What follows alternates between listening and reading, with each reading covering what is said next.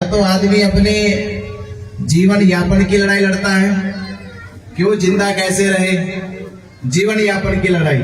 तो जीवन यापन की लड़ाई में सबसे आगे आते हैं पशु पक्षी।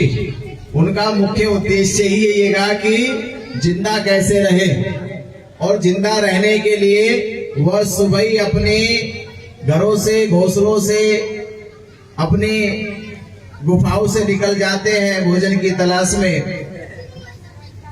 तो संसार की पहली लड़ाई है जीवन यापन, जीवन कैसे जिया जाए। और दूसरी लड़ाई है कि अपने अस्तित्व को कैसे बचाया जाए। तो अस्तित्व को बचाने की लड़ाई मनुष्य लड़ता है, और जीवन यापन की मात्र लड़ाई पशु पक्षी लड़ते हैं। तो लूटी संस्कृति हमारी दासहीन बनाया था। अभी इतिहास के पन्नों की अभी बता रहे थे हमारे नौजवान साथी कि क्या दशा थी, क्या स्थिति थी आपके संविधान के लागू होने से पहले।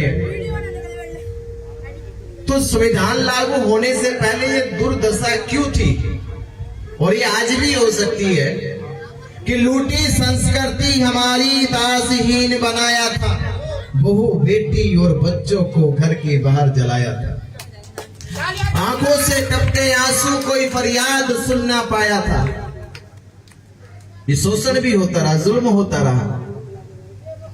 आपकी फरियाद सुनने वाला आंखों से अंधा हो चुका था, कानों से बहरा हो चुका था, जुबान से गूंगा हो चुका था। ना तो वो देख सकता था, ना सुन सकता था, ना बोल सकता था। और आज आप उनके सामने घंटी बजा रहे, सुन ले तुम्हारी बात।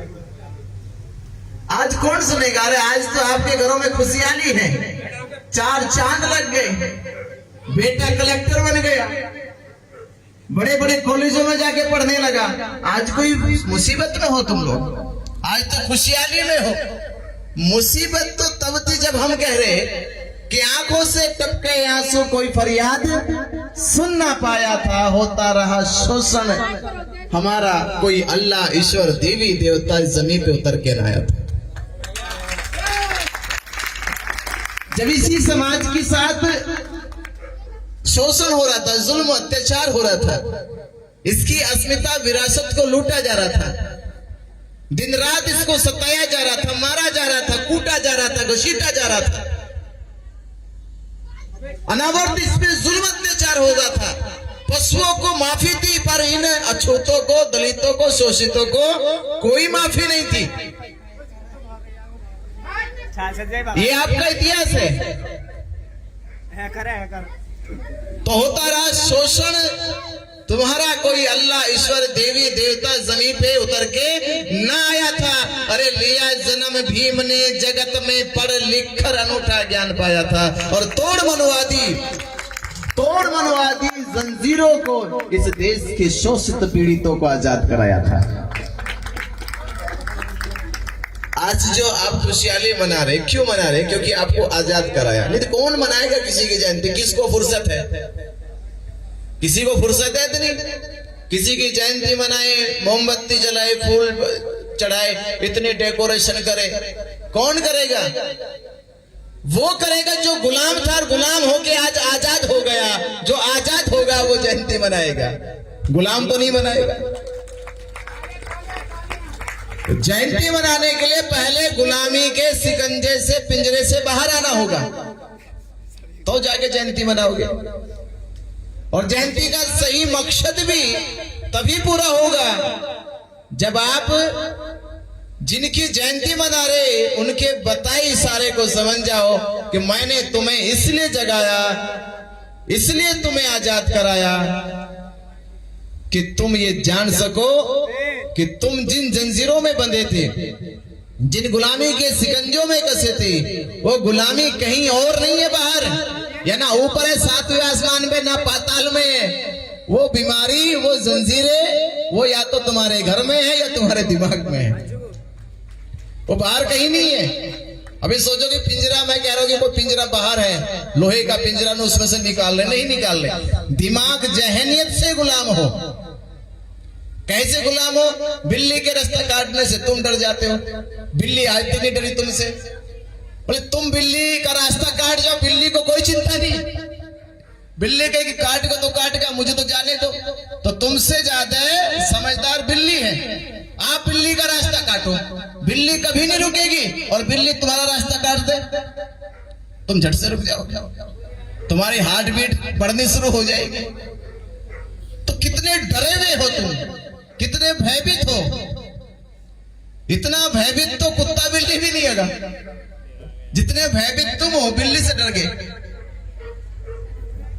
तो बाबा साहब अम्बेडकर ने कहा कि ये जो गुलामी की जंजीरें हैं ये कहीं बाहर नहीं है, आपके दिमाग में। ये दिमाग में कैसे निकलेगी?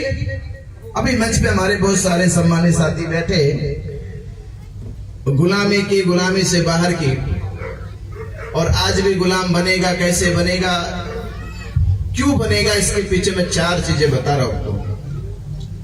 इस पूरे संसार में किसी भी समाज की मुख्य भूमिका, इस संसार में किसी भी समाज की मुख्य भूमिका इन 4 बातों पे निर्भर है। 4 बातों पे केवल। अगर उस समाज के पास ये 4 चीजें हैं तो वो समाज संसार में कभी भी किसी का गुलाम नहीं बन सकता, कभी गुलाम नहीं बन सकता। वो गुलाम कब बनेगा? जब उसकी अपनी शिक्षा ना हो। अगर बनेगा, क्योंकि उसके पास अपनी शिक्षा ही नहीं है, दूसरे की शिक्षा पे चलकर गुलाम बनना ही बनना है। क्योंकि दूसरों की शिक्षा पे जितने भी पशु चले हैं हमेशा मनुष्यों के गुलाम बन गए। उन पशुओं ने मनुष्यों की शिक्षा सीख ली। सर्कस वाले ने जाने कितने जानवरों को गुलाम बना लिया। वो इसलिए बना लिया क्योंकि वो जानवर सर्कस वाले के हैंडल पे चलने लगे। वो जैसे हैंडल की अपनी शिक्षा नहीं होगी, वो समाज दूसरों का गुलाम हो जाएगा। और दूसरी चीज, जिस समाज की अपनी संस्कृति नहीं होगी, कल्चर नहीं होगा आपका क्या कल्चर है? आपका कोई कल्चर नहीं है। जिस डेरे में जाओ तो तुम मिलोगे। हर डेरे में, हर सत्संग में किसकी भीड़ है? वो भीड़ तुम्हारी। मजार पे भीड़ तुम्हारी, फकीर की सभाओं में भीड़ तुम्हारी। इसका मतलब ये कि आपकी अपनी कोई संस्कृति है ही नहीं, कोई कल्चर आपका नहीं है। कोई भी कहीं से भी आपकी, भले क्यों कहते नहीं, कोई जब कहते हैं कि पशु कोई खुला रहता है तो उसकी गले में कोई भी अपनी जंजीर डालो, लेके चल दो। तो बिना लगाम वाले समाज को, बिना लगाम वाले जानवर को कोई भी बांध के बंधक बना सकता है। इसलिए भारत में रहते हो पर बंधे कहां से? कहां बंधे वो मक्का मदीना में बंधे हुए हैं। वो बोले कि हम भारत में भले रहते हो पर बंधी हुई जंजीर हमारी कहां है? मक्का मदीना में। इसलिए भारत में कोई ने बांध नहीं पाता, वो पहले बंधे बटे। ईसाई है, भले भारत में रहता हो, बंधा कहां से? यरूशलेम वेटिकन सिटी के चर्च से। वो वहीं से बंधा, हजारों किलोमीटर दूर से। तो आप सोचिए, मुसलमान हजारों किलोमीटर दूर बंधा हुआ। अरे भारत के लोग हो, भारत से क्यों नहीं बन जाते? बोध गया के धर्म स्थल से क्यों नहीं जुड़ जाते? ये तो जुड़ जाना चाहिए। ये कोई भारत की चीज है ना? हजारों किलोमीटर है। भारत के बाहर नहीं जाना, भारत में रहना। और भारत से तो जाने कितने 56 देश जुड़ गए। और 56 देशों ने भारत को अपना गुरु मान लिया। पर भारत के हम लोगों ने अब तक भारत में बुद्ध को अपना गुरु नहीं माना। इसीलिए हमारी दुर्दशा है, इसलिए सताए जा रहे हैं आप। तो जब संस्कृति चली जाएगी तो समाज के संस्कार भी समाप्त हो जाएंगे। जो जब संस्कृति नहीं तो संस्कार ही नहीं आपके, और जिसके संस्कार नहीं उसकी सभ्यता नष्ट हो जाती है। अब आप मुझे बताओ, जिसकी शिक्षा ना हो, जिसके संस्कार ना हो, जिसकी संस्कृति ना हो, जिसकी सभ्यता ना हो, तो उस समाज का इस संसार में जिंदा रहने का कोई अस्तित्व है? कोई अस्तित्व है? इससे कोई संबंध नहीं पड़ता, ना इससे कोई फर्क पड़ेगा किसी पे कि आप कितने धनवान हो। मात्र धनवान होना ऐसे है जैसे सोने चांदी के शोरूम में गए कभी, गई सोने चांदी के शोरूम में, महिलाएं तो गई होगी, वहां पुतलों को भी सोने हीरे की मालाएं पहनाई जाती है।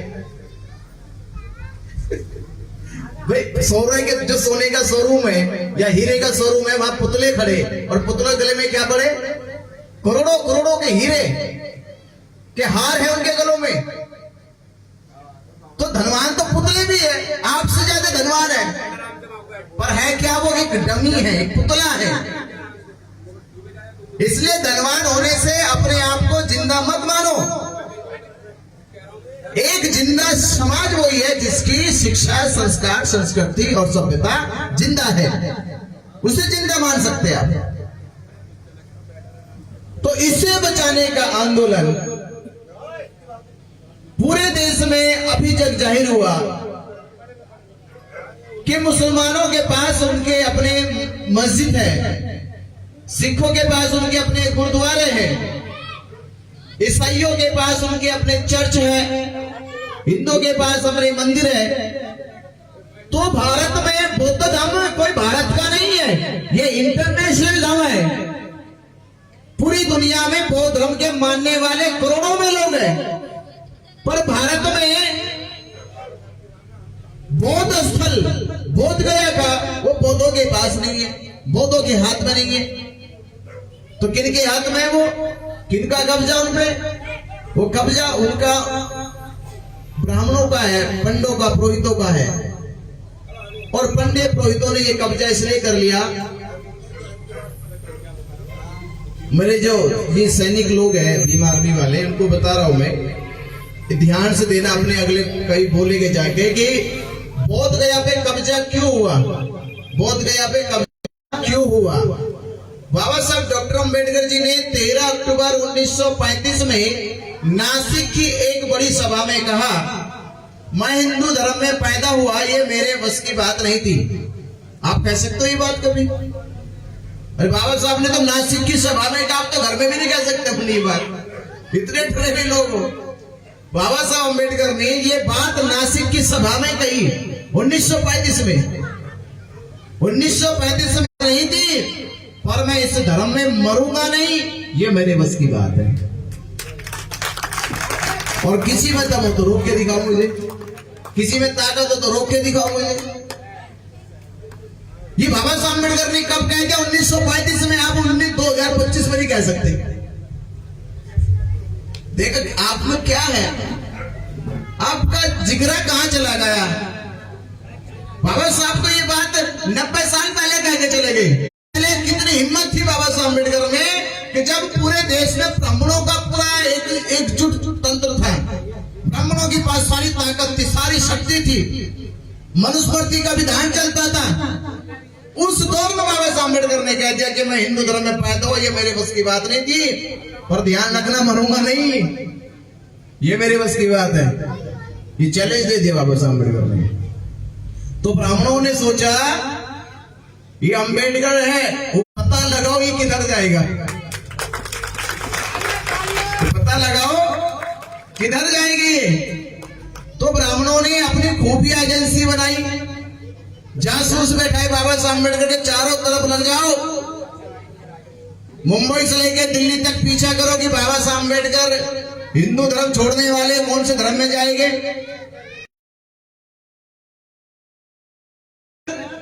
बुद्ध के दम से बहुत प्रेम करते हैं, उनको बहुत मानते हैं, और ये ऐसा लगता है कि बाबा साहब अम्बेडकर जल्द से जल्द बौद्ध धर्म स्वीकार करने जाना चाहते हैं, इसलिए जाना चाहते हैं। तो ब्राह्मणों ने कहा, अरे मुसलमान जब इस्लाम धर्म कबूल करता है तो कहां जाएगा? उसका सपना क्या जाने का? जब कोई आदमी इस्लाम धर्म कबूल करेगा तो उसका सपना क्या होता है? मक्का मदीना का चक्कर लगाना, कि एक बार मक्का मदीना का चक्कर लगा दो, सीधा पहुंच जाऊंगा जन्नत में। और कोई आदमी सिख हो जाए तो उसका सपना होता है कि वो अमृतसर का गुरुद्वारा घुमाए। ईसाई कोई बन जाए तो उसका भी सपना होता है कि वो घुमाए यरूशलेम जाके।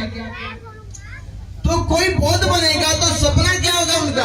ब्राह्मण ने बुद्धि लगाई कि अगर बाबा साहब अम्बेडकर बौद्ध बन भी जाएंगे, बौद्ध हो भी गए, तो सारे बौद्ध जाएंगे कहां? अरे कोई भी धर्म होता अपने धर्म स्थल पे जाएगा। तो जब ये भारत के लोग बाबा साहब अम्बेडकर जी के साथ बौद्ध हो जाएंगे तो ये कहां जाएंगे? ये बोध गया जाएंगे। और जब बोध गया जाएंगे और बोध गया में इनको कौन मिलेगा? पंडा पुरोहित मिलेगा। तो ये वहां से फिर वापस आएंगे। तो ब्राह्मणों ने साजिश रची कि बाबा साहब अम्बेडकर को इधर काम करने दो, तुम उधर अपना काम शुरू कर दो।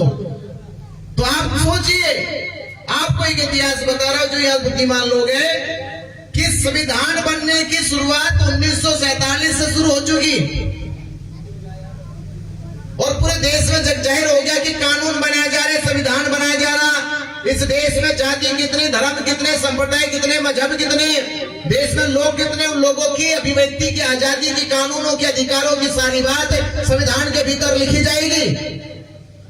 ये सारी चर्चा होने लगी और करीब करीब भारतीय संविधान में पहले प्रारूप में 415 अनुच्छेद बनाकर भारत का संविधान लिख दिया गया। भले उसे पास करने के बाद 395 अनुच्छेद रह गए हो। ये सब संविधान की जब पूरी प्रक्रिया भारत में चल रही थी तो ब्राह्मणों ने संविधान के लागू होने से पहले ही, संविधान के लागू होने से पहले ही, केवल 3 महीने पहले जब संविधान लागू होने वाला, संविधान पेश होने वाला है संविधान सभा में, तो 6 जुलाई 1949 को ब्राह्मणों ने उस समय के प्रधानमंत्री पंडित जवाहरलाल नेहरू के साथ मिलकर बोध गया, जो टेम्पल बोधों का है, महाबोधि महाविहार बोध गया का जो मंदिर है, उस मंदिर पे एक कानून बनाया। उस कानून में 9 लोगों की समिति बनाकर आदेश पारित कर दिया। प्रस्ताव पारित नहीं करा, आदेश पारित कर दिया। प्रस्ताव का मतलब होता है कि पक्ष विपक्ष दोनों की बहसबाजी होगी, बहसबाजी के बाद कोई प्रस्ताव बनाया जाएगा, प्रस्ताव बनाकर वो पास कर दिया जाएगा। इसे प्रस्ताव कहते हैं। इसमें प्रस्ताव पास नहीं हुआ, आदेश पास हुआ। इसमें सीधा बिहार के मुख्यमंत्री राज्यपाल ने आदेश पारित कर दिया, ये समिति बनाई जाती है। समिति में 4 हिंदू और 4 बौद्ध और गया जिले का डीएम इसका चेयरमैन होगा। 4 बौद्धों केवल कैसे रहेंगे? 4 बौद्धों का काम कुछ नहीं है, बस वो दिखाई देगा जैसे फोटो में फ्रेम होता ना, हमारा फोटो दिखाई देता, कुछ नहीं कर सकता वो। बस देख लो इसे फोटो को, ये मात्र फोटो, इसको देख लो, ये दिखाई तो देगा पर बोलेगा कुछ नहीं, करेगा कुछ नहीं, चलेगा नहीं, डुलेगा नहीं, कुछ नहीं करेगा, बस ये दिखाई देगा, ये दिखाई देगा मात्र, और कुछ नहीं करेगा। पर ब्राह्मण क्या कहा? ब्राह्मण फोटो का फ्रेम नहीं है, ये दौड़ता नाचता गाता एकदम सीधा, कुछ भी कर सकता है ये। तो आज से 76 साल पहले बौद्धों की जो विरासत है उस पे ब्राह्मणों का कब्जा हो गया। ब्राह्मणों का कब्जा हो गया तो आप मुझे बताओ कि इस देश में बौद्धों की, बहुजनों की, दलितों की, शोषितों की संस्कृति की तो पतन हो ही गया। जिसका घर पे कब्जा हो गया वो बेघर हुआ ना हुआ?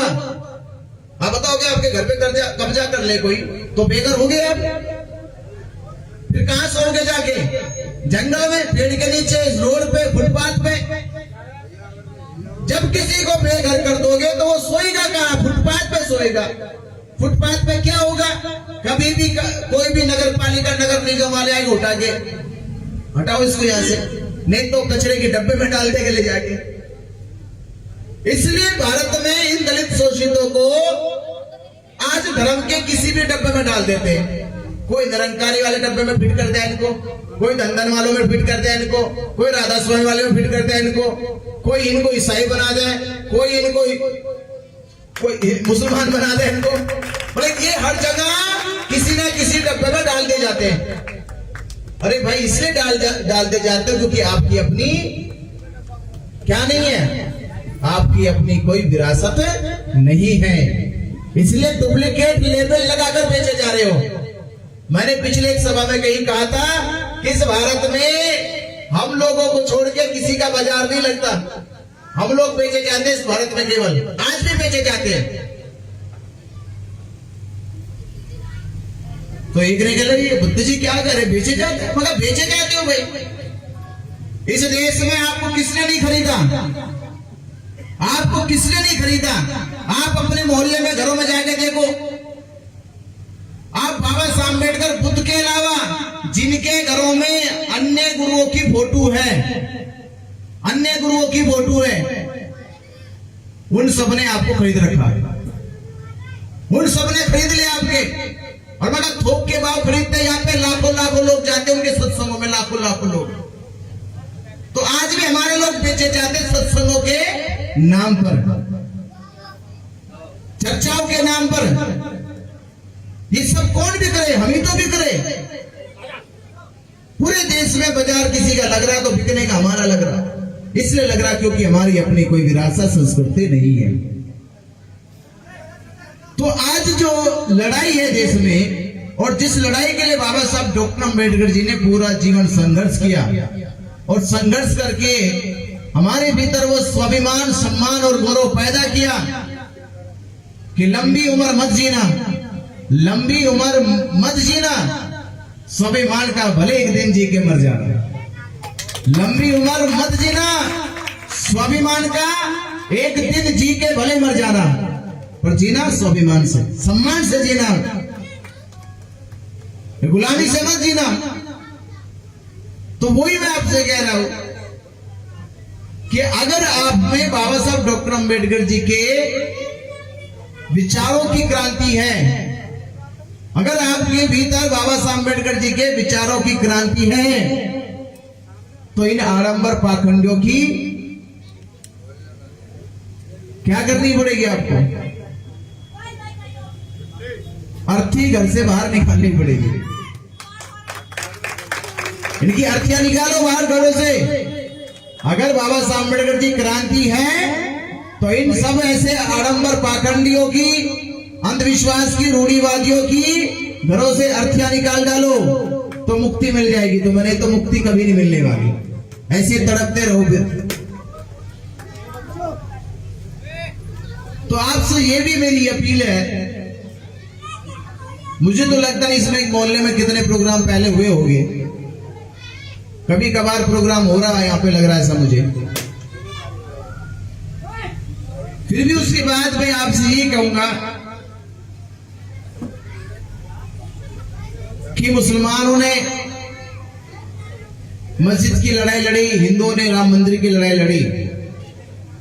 ये पूरा देश जानता है, जब राम मंदिर की लड़ाई पूरे हिंदू समाज लड़ रहा था, तो अयोध्या में राम का अवशेष तो छोड़िए, कोई शेष भी नहीं था। अवशेष तो छोड़िए, शेष भी कुछ नहीं मिला उन्हें। अयोध्या में राम नाम का कोई अवशेष नहीं मिला, फिर भी हिंदुओं ने अपनी एकता से राम मंदिर बनवा लिया ना। बोले कि हिंदुओं की एकता ने अयोध्या में अवशेष भी नहीं थे राम के, अवशेष भी। अवशेष का मतलब समझते हो? अवशेष को टुकड़े टुकड़े कुछ, बोले टुकड़े टुकड़े में भी राम अयोध्या में नहीं मिले, फिर भी राम मंदिर बन गए। मैं आपसे कह रहा हूं, बोध गया में अवशेष नहीं है, पूरा विशेष है। अवशेष नहीं है, विशेष खड़ा पूरा, फिर भी बौद्धों के हाथ में नहीं है, क्योंकि इनकी एकता नहीं। तो फिर भी हमने कहा एकता तो होगी, एकता जरूर होगी। 12 तारीख को 12 लाख बौद्ध इस भारत की इतिहास की तारीख लिखी जाएगी कि 12 तारीख को 12 लाख बौद्ध बोध गया की धरती पे पहुंचकर बाबा साहब डॉक्टर अम्बेडकर जी सम्राट अशोक के सपने को साकार करने के लिए, भारत को बौद्ध में बनाने के लिए और ब्राह्मणों से बौद्ध मंदिर को आजाद कराने के लिए 12 मई को बोध गया में पहुंचकर एक बड़ा इतिहास आंदोलन करने जा रहे हैं। उसमें आप लोग भी अपनी भागीदारी, इस मोहल्ले से, जिले से कितने लोग पहुंचेंगे 12 तारीख को, कितने लोग शामिल होंगे उस आंदोलन में, कितने लोग कहेंगे कि जब वो कहानी कहती कि जब जंगल में आग लग रही थी, जब जंगल में आग लग रही थी, जिस जंगल में सब रहते थे, सब निवास करते थे, उसी जंगल के फल फूल खाते थे, तो जब उस जंगल में आग लगने लगी तो सभी जानवर भागने लगे, जान बचाने लगे। तो एक छोटी सी चिड़िया अपनी चोंच में पानी भर के उस जंगल की आग को बुझाने लगी। तो कुछ बंदर, मस्करे बंदर, वो मस्करे बंदर चिड़िया से कहते हैं, हे पगली, इतनी बड़ी आग लगी है, पूरा जंगल धुआं जल रहा है, क्या तेरी इस चोंच के पानी से ये जंगल की आग बुझ जाएगी? तो चिड़िया कहती है, चिड़िया, छोटी सी चिड़िया क्या कहती है उन मस्करे बंदरों से, मेरे भाई, मैं नहीं जानती हूँ ये आग बुझे या ना बुझे, पर मेरे में ये हौसला तो है, ये आग बुझेगी, आज नहीं तो कल बुझेगी, और जब बुझेगी तो मेरा नाम कायरों में नहीं लिखा जाएगा, मेरा नाम इस आग को बुझाने वालों में लिखा जाएगा। तो वही मैं आपसे कह रहा हूं, देखो आजाद तो होगा, 135 साल होगी, 135 साल से चल रहा है। लोग बहुत कुछ कह रहे हैं कि 135 साल से अब तक आजाद नहीं हुआ।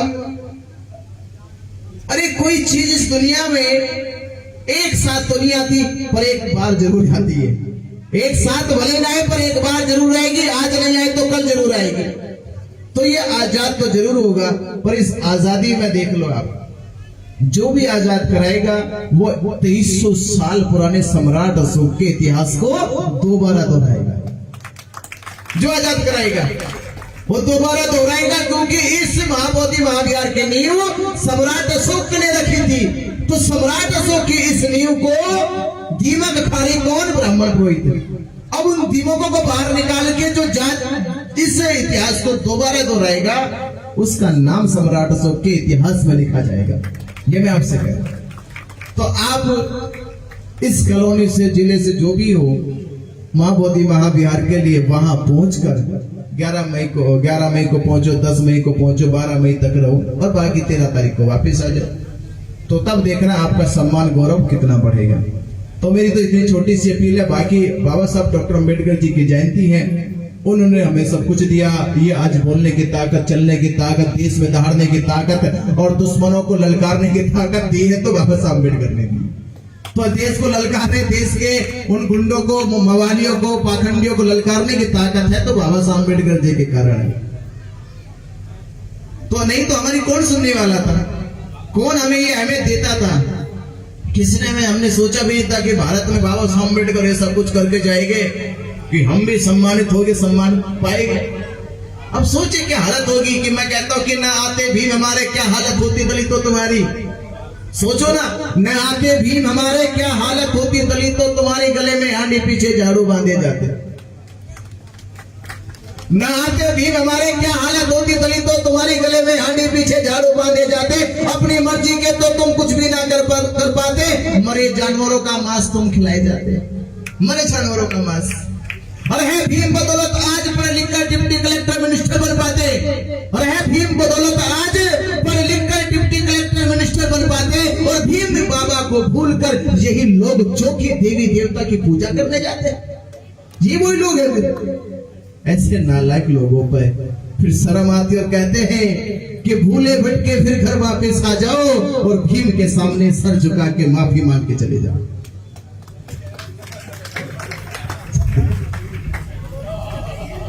तो मैं ये कहूंगा कि जिन लोगों ने अभी तक भूल की है बाबा साहब के सामने खड़े होकर माफी नहीं मांगी कि बाबा साहब में भटक गए थे, तो आज का दिन मिला आपको कि बाबा साहब के सामने खड़े हो, माफी मांगो और इन पंडित पुरोहितों और उनके देवी देवता पूजा पाठ की सभी सामग्री को घर से बाहर निकाल।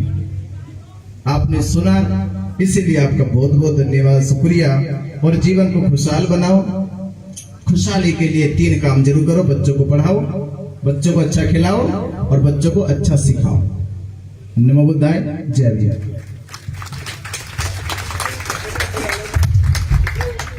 बहुत ही